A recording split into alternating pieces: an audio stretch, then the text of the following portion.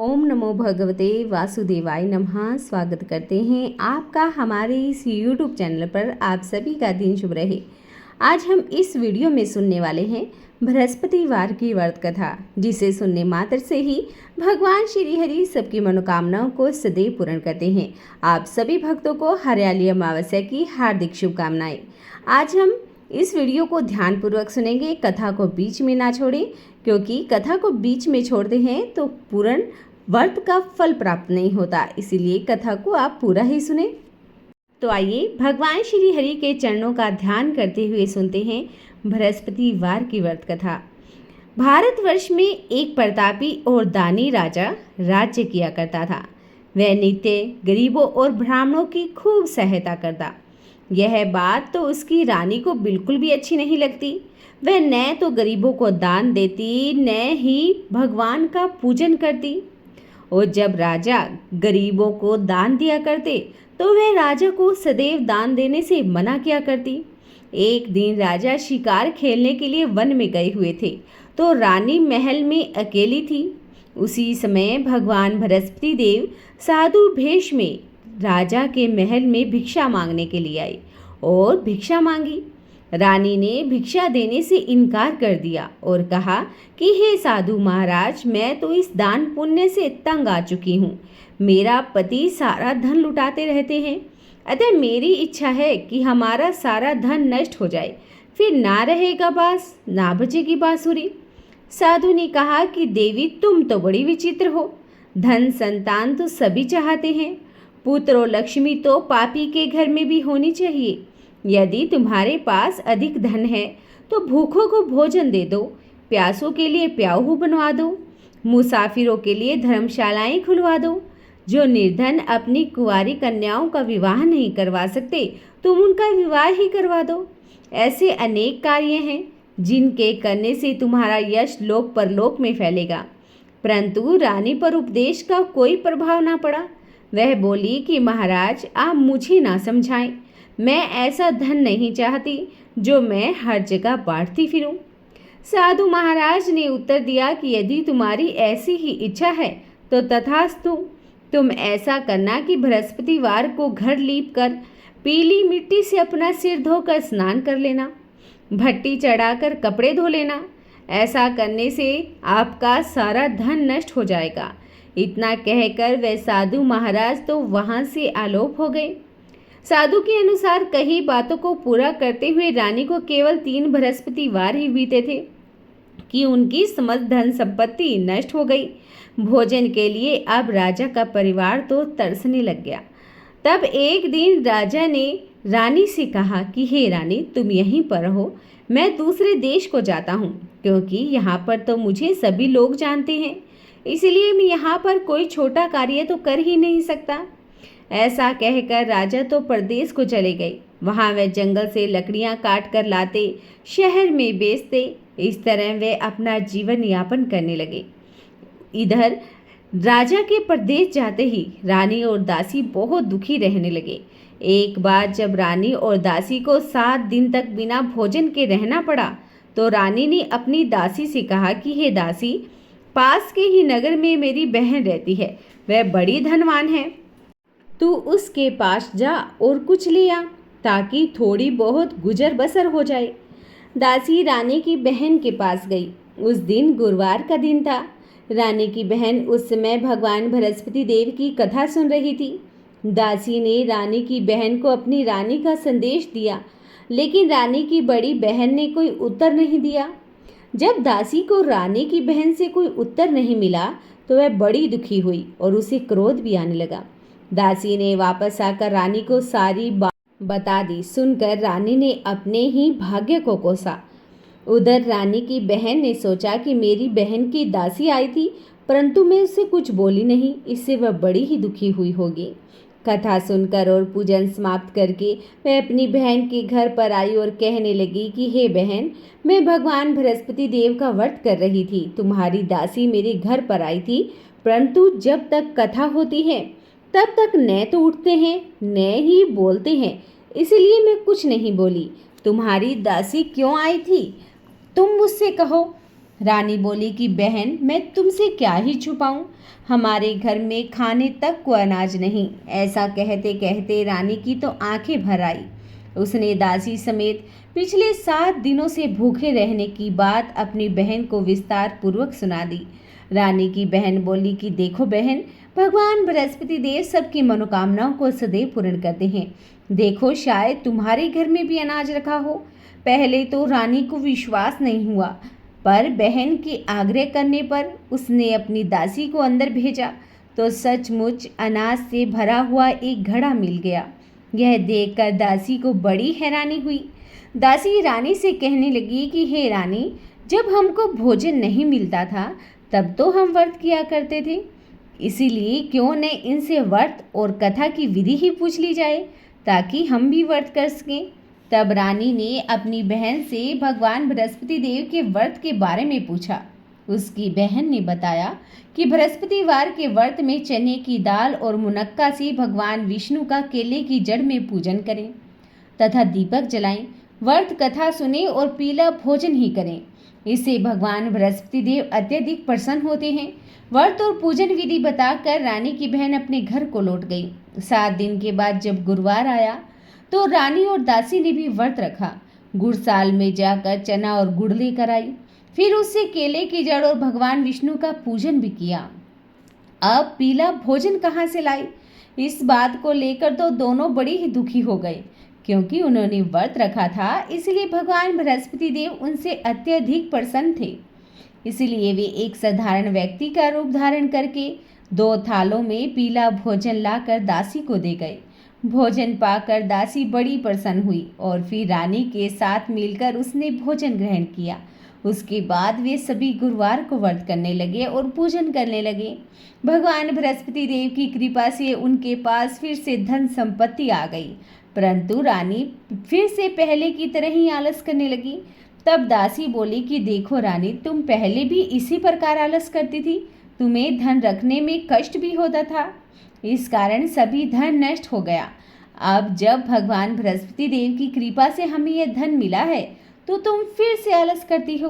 रानी को समझाते हुए दासी कहती है कि बड़ी मुसीबतों के बाद हमने यह धन पाया है, इसलिए हमें दान पुण्य करना चाहिए, भूखे मनुष्यों को भोजन कराना चाहिए, धन को शुभ कार्यों में खर्च करना चाहिए, जिससे तुम्हारी कुल का यश बढ़ेगा, स्वर्ग की प्राप्ति होगी, पितृ प्रसन्न होंगे। दासी की बात मानकर रानी अपना धन शुभ कार्यों में खर्च करने लगी, जिससे पूरे नगर में उसका यश फैलने लगा। एक दिन राजा दुखी होकर जंगल में एक पेड़ के नीचे आसन जमाकर बैठ गए। वह अपनी दशा को याद करके व्याकुल होने लगा। बृहस्पतिवार का दिन था। उसने देखा कि एक निर्जीवन वन में एक साधु महाराज प्रकट हुए हैं। वह साधु महाराज के भेष में समय बृहस्पति देवता ही थे। लकड़हारे के सामने आकर बोले कि हे लकड़हारे, तू इस सुनसान जंगल में चिंता मगन क्यों बैठा है। लकड़हारे ने दोनों हाथ जोड़कर प्रणाम किया और उत्तर दिया कि महात्मा जी, आप तो सब कुछ जानते हैं, मैं आपसे क्या ही कहूँ। यह कहकर रोने लगा और साधु को अपनी आदम कथा भी सुनाई। महात्मा जी ने कहा कि तुम्हारी स्त्री ने बृहस्पतिवार के दिन भगवान बृहस्पति देव का निरादर किया है, जिसके कारण रुष्ट होकर उन्होंने तुम्हारी यह दशा कर दी। अब तुम चिंता मत करो और मेरे कहने पर चलो, तो तुम्हारे सब कष्ट दूर हो जाएंगे और भगवान पहले से भी अधिक धन संपत्ति तुम्हें देंगे। तुम बृहस्पतिवार के दिन कथा किया करो, 2 पैसे के चने मुनक्का लाकर उसका प्रसाद बनाओ और शुद्ध जल से लोटे में शक्कर मिलाकर अमृत तैयार किया करो। कथा के पश्चात अपने सारे परिवार और सुनने वाले प्रेमियों में अमृत व प्रसाद बांटकर खुद भी ग्रहण करो। ऐसा करने से भगवान तुम्हारी सभी इच्छाओं को पूरा करेंगे। साधु के ऐसे वचन सुनकर लकड़हारा बोला कि हे प्रभु, मुझे लकड़ियां बेचकर इतना पैसा नहीं मिलता जिससे मैं भोजन के उपरांत कुछ बचा भी सकूं। मैंने रात्रि में अपनी स्त्री को व्याकुल देखा है, मेरे पास कुछ भी नहीं है जिससे मैं उसकी खबर ही मांग सकूं। साधु ने कहा कि हे लकड़हारे, तुम किसी बात की चिंता मत करो। बृहस्पतिवार के दिन तुम रोजाना की तरह ही लकड़ियां लेकर शहर को जाओ। तुमको रोज से दुगना धन प्राप्त होगा, जिससे तुम भली भांति भोजन भी कर लोगे और भगवान बृहस्पति देव की पूजा का सामान भी ले आओगे। इतना कहकर साधु महाराज तो अंतर्ध्यान हो गए। धीरे धीरे समय व्यतीत होने पर फिर वही बृहस्पतिवार का दिन आ गया। लकड़हारा जंगल से लकड़ियां काटकर किसी शहर में बेचने के लिए गया। उसे उस दिन और दिन से अधिक पैसा मिला। राजा ने चना गुड़ लाकर गुरुवार का व्रत किया। उस दिन से उसके सभी क्लेश दूर हो गए। परंतु जब दोबारा गुरुवार का दिन आया तो वह बृहस्पतिवार का व्रत करना ही भूल गया। इस कारण भगवान बृहस्पति देव तो नाराज हो गए। उस दिन उस नगर के राजा ने विशाल यज्ञ का आयोजन किया तथा शहर में यह घोषणा भी कराई कि कोई भी मनुष्य अपने घर में भोजन ना बनाए, ना ही आग जलाए। समस्त जनता मेरे यहाँ पर भोजन करने के लिए आए। इस आज्ञा को जो नहीं मानेगा उसे फांसी की सजा दे दी जाएगी। इस तरह की घोषणा पूरे संपूर्ण नगर में करवा दी गई। राजा की आज्ञा अनुसार शहर के सभी लोग भोजन करने गए, लेकिन लकड़हारा कुछ देर से पहुंचा। इसीलिए राजा उसको अपने सिवात अपने घर ले आए और ले जाकर भोजन करा रहे थे तो रानी की दृष्टि उस खुट्टी पर पड़ी जिस पर उसका हार लटका हुआ था। वह हार उसे वहां पर दिखाई नहीं दिया। रानी ने निश्चय किया कि मेरा हार इस मनुष्य ने ही चुराया है। उसी समय सिपाहियों को बुलाकर उसको कारागार में डाल दिया गया। जब लकड़हारा कारागार में पड़ गया और बहुत दुखी होकर विचार करने लगा कि न जाने कौन से पूर्व जन्म के कर्म से मुझे ये दुख प्राप्त हुआ है, और उसी साधु महाराज को याद करने लगा जो उसे जंगल में मिला था। उसी समय तत्काल भगवान बृहस्पति देव साधु महाराज के रूप में प्रकट हो गए और उसकी दशा को देखकर कहने लगे कि अरे मूर्ख, तूने भगवान बृहस्पति देव की कथा नहीं कही, इसी कारण तुझे ये दुख प्राप्त हुआ है। अब तुम चिंता मत करो। बृहस्पतिवार के दिन कारागार के दरवाजे पर 4 पैसे पड़े हुए मिलेंगे। उनसे तू भगवान बृहस्पति देव की पूजा करना, तेरे सारे कष्ट दूर हो जाएंगे। बृहस्पतिवार के दिन उसे 4 पैसे पड़े हुए मिले। लकड़हारे ने कथा भी कही और उसी रात्रि को भगवान बृहस्पति देव ने उस नगर के राजा को स्वप्न में दर्शन देकर कहा कि हे राजा, तुमने जिस आदमी को कारागार में बंद किया है वह निर्दोष है, वह राजा है, उसे छोड़ देना। रानी का हार उसी खुट्टी पर लटका है। अगर तू ऐसा नहीं करेगा मैं तेरे सारे राज्य को नष्ट कर दूंगा। इस तरह रात्रि के स्वप्न को देखकर राजा प्रातःकाल उठा और खुट्टी पर हार देखकर लकड़हारे को बुलाकर क्षमा याचना की और लकड़हारे को योग्य सुंदर वस्त्र आभूषण भी देकर विदा कर दिया। बृहस्पति देव की आज्ञा अनुसार लकड़हारा अपने नगर को चल दिया। राजा जब अपने नगर के निकट पहुंचा तो उसे बड़ा ही आश्चर्य हुआ। नगर में पहले से अधिक बाग, तालाब, कुएं, बहुत सी धर्मशालाएं, मंदिर बन गए। राजा ने पूछा कि यह किसका बाग है, किसकी धर्मशाला है। तब नगर के सब लोग कहने लगे यह सब रानी और बांदी के हैं। तो राजा को बड़ा ही आश्चर्य हुआ और गुस्सा भी आने लगा। जब रानी ने यह खबर सुनी कि राजा आ रहे हैं तो उन्होंने बांदी से कहा कि हे बांदी, देख राजा हमको कितनी बुरी हालत में छोड़कर गए थे। हमारी ऐसी हालत को देखकर कहीं वे वापस ना लौट जाएं, इसलिए तू दरवाजे पर खड़ी हो जा। आज्ञा अनुसार दासी दरवाजे पर खड़ी हो गई। राजा आए तो उसे अपने साथ विवाह लाई। राजा ने क्रोध कर कर अपनी रानी से पूछा कि तुम्हें यह धन कैसे प्राप्त हुआ। तब उन्होंने कहा कि हमें यह सब धन भगवान बृहस्पति देव के इस व्रत के प्रभाव से प्राप्त हुआ है। राजा ने निश्चय किया कि 7 रोज बाद तो सभी भगवान बृहस्पति देव का पूजन करते हैं, परंतु मैं प्रतिदिन दिन में 3 बार कहानी और रोज व्रत किया करूँगा। अब तो हर समय राजा के दुपट्टे में चने की दाल बंधी रहती तथा दिन में 3 बार कहानी भी कहता।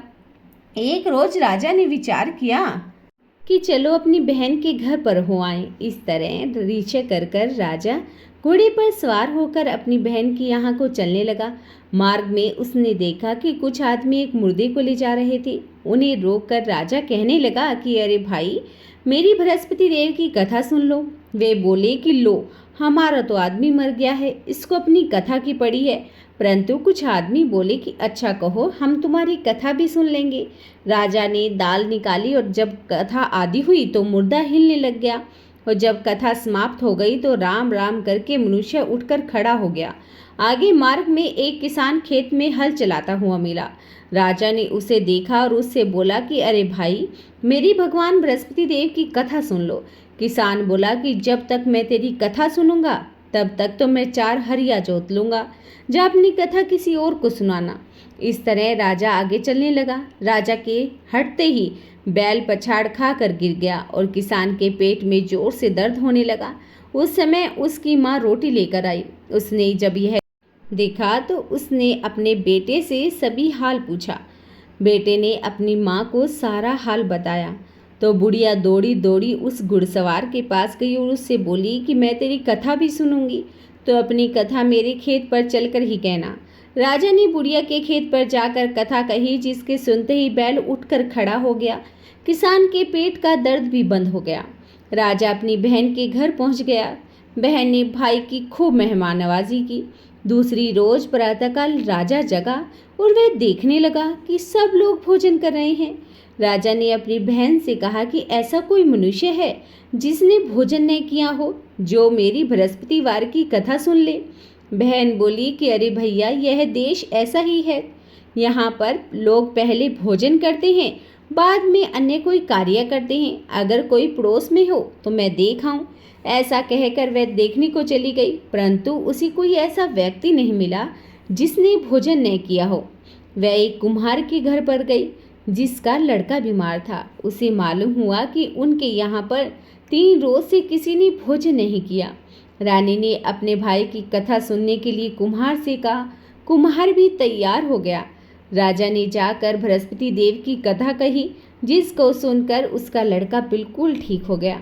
अब तो राजा की प्रशंसा भी होने लगी। एक रोज राजा ने अपनी बहन से कहा कि अरे बहन, हम अपने घर को जाएंगे, तुम भी तैयार हो जाओ।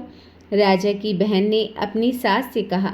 सास ने कहा कि तुम तो चली जाओ, परंतु अपने लड़के को मत लेकर जाना, क्योंकि तेरे भाई के घर में कोई औलाद नहीं है। बहन ने अपने भाई से कहा कि अरे भैया, मैं तो चलूंगी, पर कोई बालक नहीं जाएगा। राजा बोला कि जब कोई बालक ही नहीं चलेगा तब तुम भी जाकर क्या ही करोगी। बड़े दुखी मन से राजा अपने नगर को लौट आया। राजा ने अपनी रानी से कहा कि हम निर्वंशी हैं, हमारा मुख देखने का कोई धर्म नहीं और कुछ भोजन भी नहीं किया। रानी बोली कि अरे प्रभु, बृहस्पति देव ने हमें सब कुछ दिया है, वह हमें औलाद भी अवश्य ही देंगे। उसी रात को बृहस्पति देव ने राजा के स्वप्न में कहा कि हे राजा, उठ, सभी सोच को त्याग दे, तेरी रानी गर्भ से है। राजा यह बात सुनकर बड़ा खुश हुआ। 9वें महीने उसके गर्भ से एक सुंदर पुत्र पैदा हुआ। तब राजा बोला कि हे रानी, स्त्री बिना भोजन के रह सकती है, पर बिना कहे नहीं रह सकती। जब मेरी बहन घर पर आए तो तुम उससे कुछ मत कहना। रानी ने सुनकर हाँ कर दी। जब राजा की बहन ने यह शुभ समाचार सुना तो वह बड़ी खुश हुई और बधाई लेकर अपने भाई के घर पर आ गई।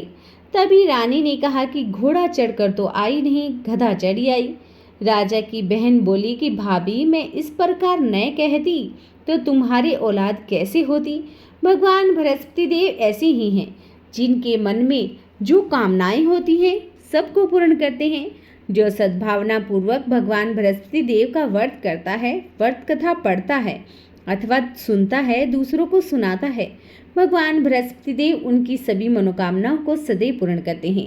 भगवान बृहस्पति देव उनकी सदैव रक्षा करते हैं। जो संसार में सद्भावना पूर्वक मनुष्य भगवान जी का पूजन सच्चे हृदय से करते हैं तो उनकी सभी मनोकामनाएं पूर्ण होती हैं। जैसी सच्ची भावना से राजा और रानी ने उनकी कथा का गुणगान किया तो उनकी सब इच्छाएं भगवान बृहस्पति देव ने पूर्ण की। इसलिए पूर्ण कथा सुनने के बाद प्रसाद लेकर जाना चाहिए। हृदय से उनका मनन करते हुए जयकारा बोलना चाहिए। बोलिए भगवान बृहस्पति देव की जय हो, बोलिए विष्णु भगवान की जय हो। अगर आपको हमारे इस YouTube चैनल की ये कथा पसंद आई हो तो चैनल को सब्सक्राइब करना बिल्कुल भी ना भूलें। वीडियो को आप लाइक और शेयर ज़रूर कर दें। आपसे हाथ जोड़कर प्रार्थना है कि कमेंट में ज़रूर लिखें, जय हो विष्णु भगवान की। हे विष्णु भगवान, सबकी मनोकामनाओं को पूर्ण करना, सबका जीवन सदैव सुखमय बनाए रखना। इसी मनोकामनाओं के साथ आज की वीडियो को समाप्त करते हैं। जय श्री राधे।